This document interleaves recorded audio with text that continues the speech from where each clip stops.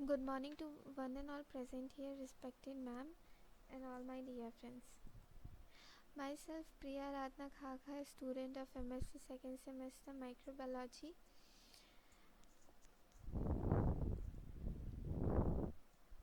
Now I'm going to start my seminar on topic viral AC and antiviral therapy.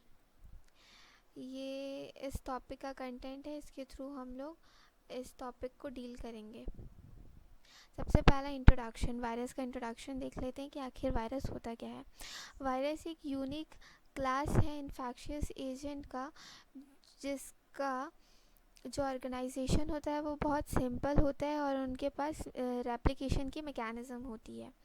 वो एक numerous micro organisms होते हैं हमारे planet में, जो कि हर एक टाइप के सेलुलर ऑर्गेनिज्म को इन्फेक्ट करते हैं। यूजुअली इनका जो इंग्लिश प्लूरल है वायरस का वो है आपका वायरसेस, बट जो लैटिन प्लूरल है उसमें हम लोग इसको वायरा बोलते हैं।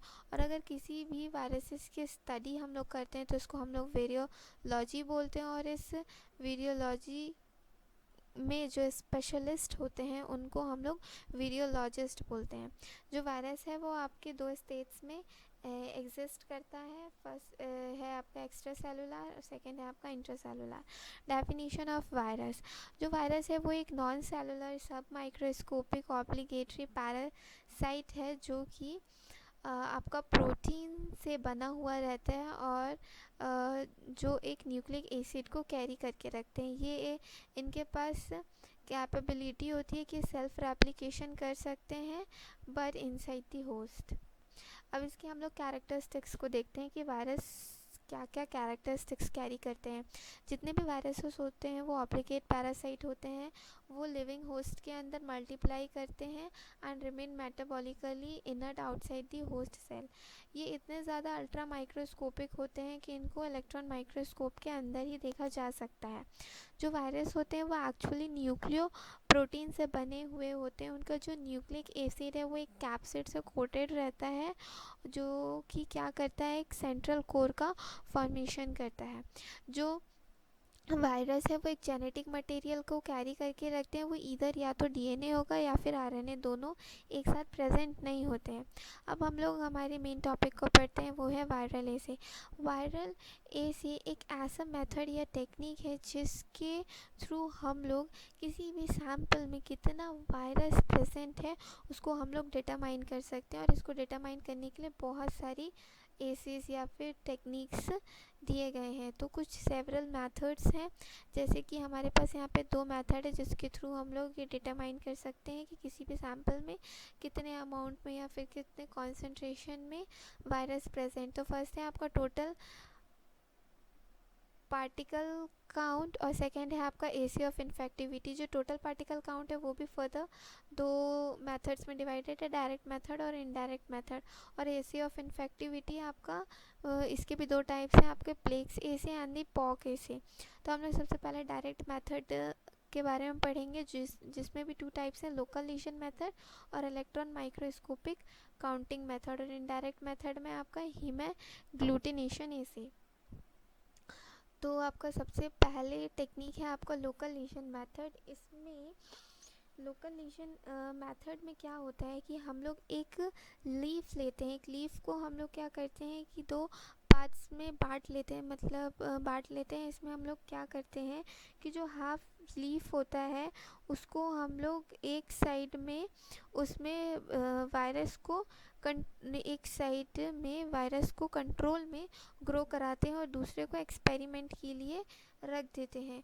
फिर उसके बाद उसमें क्या होता है कि जो वायरस है वो ग्रो करता है लीजन के फॉर्म, मतलब उसमें एक लीजन का फॉर्मेशन होता है और उस लीजन में वायरस प्रेजेंट होते हैं। तो हम लोग उस लीजन को आइसोलेट करके ये पता कर सकते हैं कि उस लीजन में कितने अमाउंट में या कितने कॉन्सेंट्रेशन में वायरस पार्टिकल्स प्रेजेंट हैं। फिर नेक्स्ट है आपका इलेक्ट्रॉन माइक्रोस्कोपिक काउंटिंग टेक्निक। ये एक ऐसे टेक्निक है जिसमें हम लोग वायरस को डायरेक्टली काउंट कर सकते हैं इलेक्ट्रॉन माइक्रोस्कोप में, और इसके बहुत वेरियस प्रोसीजर्स होते हैं। सबसे पहला प्रोसीजर में क्या होता है कि हम लोग एक वायरस का सैंपल लेते हैं और उसको हम लोग एक स्मॉल लेटिक्स बेड के साथ मिक्स करते हैं जिसका हमको कॉन्सेंट्रेशन पता होता है। फिर उसके बाद उसको हम लोग एक कोटेड स्पेसिमेन ग्रिड में स्प्रेड करते हैं और इस लेटेक्स बेड की हेल्प से हम लोग वायरस पार्टिकल्स को काउंट कर सकते हैं, क्योंकि वो उनके साथ जाके अटैच हो सकता है और इसके थ्रू हम लोग उनकी कॉन्सेंट्रेशन या फिर क्वांटिटी को आइडेंटिफाई कर सकते हैं। फिर नेक्स्ट है आपका हीमाग्लूटिनेशन एसे। ये एक ऐसा एसे या फिर टेक्निक है जो कि पॉपुलरली इनडायरेक्ट मेथड है एनिमल वायरसेस को काउंट करने के लिए। इसमें क्या होता है कि जो वायरसेस है वो रेड ब्लड सेल के सरफेस पे बाइंड करते हैं। ये जो रेड ब्लड सेल है आरबीसीज वो वायरस के मुकाबले बहुत ज़्यादा अमाउंट में रहता है। तो वायरस क्या करता है कि रेड ब्लड सेल्स के सरफेस पे जाके बाइंड हो जाता है और एक नेटवर्क का फॉर्मेशन करता है। जैसे कि आप इस डायग्राम में देख सकते हैं कि जो वायरस है आरबीसीज के सरफेस पे बाइंड किया और हीमाग्लूटिनेशन का फॉर्मेशन किया। तो अगर हम लोग को इस वायरस को आइसोलेट करना है या फिर हम लोग को पता करना है कि सरफेस पे कितने क्वांटिटी में वायरस आके बाइंड हुआ, तो यहाँ पे हम लोग एंटीबॉडी को इंट्रोड्यूस कराएंगे। ये एंटीबॉडी क्या करेगा, इस वायरस के साथ जाके बाइंड करेगा और वायरस और आरबीसीज दोनों सेपरेट हो जाएंगे और हम लोग वायरस को अलग से आइसोलेट करके उसको हम लोग ऑब्जर्व कर सकते हैं। और ये हीमाग्लूटिनेशन को भी इनहिबिट कर देता है। फिर नेक्स्ट है आपका प्लेक्स एसे। प्लेक्स एसे इसको हम लोग ये डायग्राम के थ्रू समझेंगे कि ये प्लेक्स एसे में एक्चुअली क्या होता है कि हम लोग एक वायरस सैंपल लेते हैं। ये वायरस सैंपल कुछ भी हो सकता है, तो बैक्टीरियोफेज हो सकता है या फिर कोई भी नॉर्मल वायरस के सैंपल। इसको हम लोग क्या करते हैं, इसका हम लोग सीरियल डाइल्यूशन प्रिपेयर करते हैं। सीरियल डाइल्यूशन प्रिपेयर करने के बाद हम लोग इसमें क्या करते हैं, हमारा जो वायरस जो सैंपल है उसमें हम लोग कुछ अमाउंट में ई कोलाई सैंपल उसमें ऐड करते हैं। ई कोलाई सैंपल ऐड करने के बाद ये जो आप यहाँ पे पेट्री प्लेट्स देख रहे हैं इसमें NaM मीडिया मतलब न्यूट्रिएंट अगार मीडिया हम लोग ने ऑलरेडी इसमें पूरा प्रिपेयर करके रखा है। फिर उसके बाद ये जो वायरस वाला जो सैंपल है उसको इसमें पोर किया जाता है। पोर करने के बाद उसको इंक्यूबेट किया जाता है कुछ दिनों के लिए, जिसके इंक्यूबेशन के बाद क्या होता है कि इसमें जो बैक्टीरिया है वो ग्रो करते हैं और वो मतलब ऐसा स्पॉट टाइप का दिखने लगता है, क्योंकि जो वायरस रहता है वो ससेप्टेबल होता है बैक्टीरिया के लिए। क्योंकि हम लोग ने देखा है फॉर एग्जांपल बैक्टीरियोफेज क्या करता है कि हमारे बैक्टीरिया के सेल्स का लाइसिस करता है और फिर वहाँ से निकल जाता है। तो फिर यहाँ पे वैसे ही कुछ हुआ है। यहाँ पे हम लोग को PFU का यहाँ पे फॉर्मेशन हुआ है जिसका फुल फॉर्म है प्लेक्स फॉर्मिंग यूनिट। इस प्लेक्स के थ्रू हम लोग क्या कर सकते हैं, इस प्लेक्स को यहाँ से आइसोलेट करके हम लोग देख सकते हैं। मतलब इस प्लेक्स के अपीयरेंस से ही हम लोग को पता चलेगा कि वहाँ पे वायरस प्रेजेंट है। फिर नेक्स्ट है आपका पोक ऐसे आपका प्लेग ऐसे के आगे का ही प्रोसीजर है। जब हम लोग को वहाँ पे प्लेक्स का फॉर्मेशन मिल गया प्लेक्स फॉर्मिंग यूनिट का, तो उसको वहाँ से फिर आइसोलेट किया जाएगा और फिर उस वायरसेस के नंबर को काउंट किया जाएगा, उसको इनोकुलेट किया जाएगा कि उस प्लेक्स में कितने अमाउंट में आपका वायरस प्रेजेंट है। फिर सेकेंड उसके बाद है आपका antiviral therapy and drugs. Antiviral therapy को ही हम लोग वीरोथेरेपी बोलते हैं। ये एक ऐसी ट्रीटमेंट या फिर एक ऐसी टेक्निक है जो कि बायोटेक्नोलॉजी यूज़ करते हैं और वो एक वायरसेस को ऐसे कन्वर्ट करते हैं कि वो हमको एज अ थेरेपेटिक हम उनका यूज़ कर सकें। इसकी मेन 3 ब्रांचेस होते हैं। पहला है ऑन्कोलाइटिक वायरस थेरेपी, सेकेंड है viral vector for gene therapy, third है आपका वायरल इम्यूनोथेरेपी। नेक्स्ट है आपका ऑन्कोलाइटिक वीरोथेरेपी। ऑन्कोलाइटिक वीरोथेरेपी में वायरसेस का यूज़ कैंसर सेल्स को टारगेट करने के लिए किया जाता है। वो टारगेट करके उनको डिस्ट्रॉय कर देते हैं। इसमें अगर हम लोग ऑन्कोलाइटिक वर्ड को अगर स्प्लिट करते हैं तो उसमें जो ऑन्को है उसका मतलब होता है कैंसर और लाइटिक का मतलब होता है डिस्ट्रक्शन। इसमें क्या होता है कि जो वायरस होते हैं उन उनमें एक सरफेस प्रोटीन प्रेजेंट रहता है जिसको हम लोग स्पाइक्स बोलते हैं, जो कि ह्यूमन सेल्स में अटैचमेंट प्रोवाइड करता है।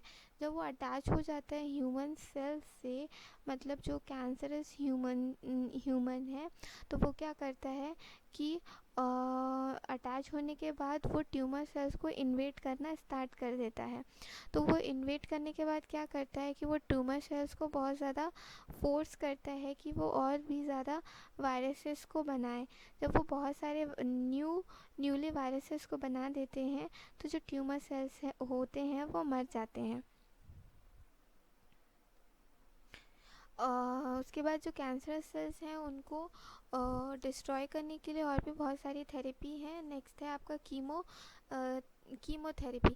कीमोथेरेपी एक एग्रेसिव मेथड है जिसमें बहुत ज़्यादा हाई डोज केमिकल ड्रग दिए जाते हैं जो आपके रैपिडली ग्रोइंग सेल्स हैं उनको डिस्ट्रॉय करने के लिए। इसको इसके कुछ साइड इफ़ेक्ट्स देखे जाते हैं, जैसे हो गया आपका vomiting, nausea, diarrhoea, hair loss, loss of hepatitis. फिर एक दूसरा थेरेपी आपका रेडियोथेरेपी। रेडियोथेरेपी भी आपके कैंसर सेल्स को डिस्ट्रॉय करने के लिए ही यूज़ किया जाता है। इसमें क्या होता है कि डिफरेंट डिफरेंट टाइप्स के रेडिएशन का यूज़ करके हम लोग कैंसर सेल्स को डिस्ट्रॉय करते हैं, जैसे एक्सरे हो गया, गामा रे हो गया। ये रेज क्या करते हैं कि उस कैंसर सेल्स उस वायरस के जो डीएनए होता है, मतलब उनका जो डीएनए होता है उनको ही डायरेक्टली डिस्ट्रॉय करता है। और मतलब इसके जो रेडिएशंस होते हैं कुछ नॉर्मल सेल्स को भी इफ़ेक्ट करते हैं और इनकी जो साइड इफ़ेक्ट्स होते हैं वो सिर्फ ट्रीटेड एरिया पे ही दिखते हैं, मतलब बाकी सारे जगह पे नहीं दिखेंगे, बट जिस एरिया पे उनको ट्रीट कराया गया है सिर्फ वो उसी एरिया पे ही दिखेगा। फिर नेक्स्ट आपका थेरेपी हो गया है viral gene therapy.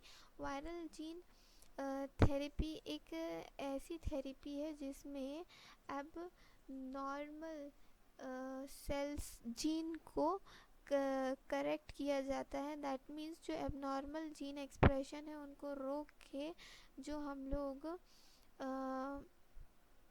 Viral gene, वहाँ पे जो हम लोग दूसरे जो अच्छे जीन हैं उनको इंसर्ट करते हैं, जिसकी वजह से क्या होगा कि उनके जो जीन का जो एक्सप्रेशन है वो चेंज हो जाएगा और हम लोग जो वहाँ पे जेनेटिक डिसीज़ जो कॉज कर रहे हैं, मतलब जो डिसीज़ कॉज करने वाले जो जीन हैं उनको वहाँ से हम लोग डिलीट कर सकते हैं या फिर उनका सब्स्टिट्यूशन करके उनको वहाँ से हटा देंगे, जिसकी वजह से क्या होगा कि जो डैमेज जीन्स हैं वो हट जाएंगे और फिर वो जो डिसीज़ है वो क्योर हो जाएगा। फिर नेक्स्ट है आपका viral immuno therapy. Viral immuno therapy को हम लोग बायोलॉजिकल थेरेपी भी बोलते हैं। ये भी आपके एक टाइप का कैंसर ट्रीटमेंट के लिए यूज़ किया जाता है। इस थेरेपी में क्या होता है कि ये जो हमारा नेचुरल डिफेंस मैकेनिज़्म है कैंसर के अगेंस्ट उसको बूस्ट अप कर देता है, इसको बूस्ट अप कर देता है। और जो इम्यूनोथेरेपी है ये कैसे वर्क करता है, ये आपके कैंसर सेल्स की ग्रोथ को स्लो कर देता है या फिर स्टॉप कर देता है, या फिर ये क्या करता है कि हमारे ये जो कैंसर सेल्स हैं उनको दूसरे पार्ट्स में फैलने से रोक देता है और हमारे इम्यून सिस्टम को बेटर करने का काम करता है। फिर नेक्स्ट है आपके कुछ ड्रग्स जो कि वायरस के अगेंस्ट में यूज़ किया जाता है, जो कि जैसे कि आपका फर्स्ट है ओसेल्टामिविर। ये एक एंटीवायरल मेडिकेशन है जो कि इन्फ्लुएंजा वायरस टाइप ए को ब्लॉक करता है और इसके कुछ साइड इफ़ेक्ट्स देखे जाते हैं, जैसे कि हो गया nausea, vomiting, abdominal pain, chest pain, discomfort, arm, back और जो पेन। सेकंड है आपका गैंगसाइक्लोवीर। गैंगसाइक्लोवीर एक ऐसा ड्रग है जो कि साइटोमेगालोवायरस इन्फेक्शन को ट्रीट करने के लिए यूज़ किया जाता है, जो कि हार्पस वायरस कॉज करता है। इसके कुछ साइड इफ़ेक्ट्स हो गए आपके, जैसे डायरिया, अपसेट स्टमक, वॉमिटिंग हो गया, डिक्रीज एपेटाइटिस हो गया, नोजिया एक्सेट्रा। फिर थर्ड है आपका ज़ैनामिवीर। ज़ैनामिवीर भी एक ड्रग है जो कि वायरस, इन्फ्लुएंज़ा वायरस को क्योर करने के लिए ही यूज़ किया जाता है। इसकी कुछ साइड इफ़ेक्ट्स हो गए आपके headache, cough, fever, chills, weakness. फिर ये रेफरेंसेस है। Then thank you.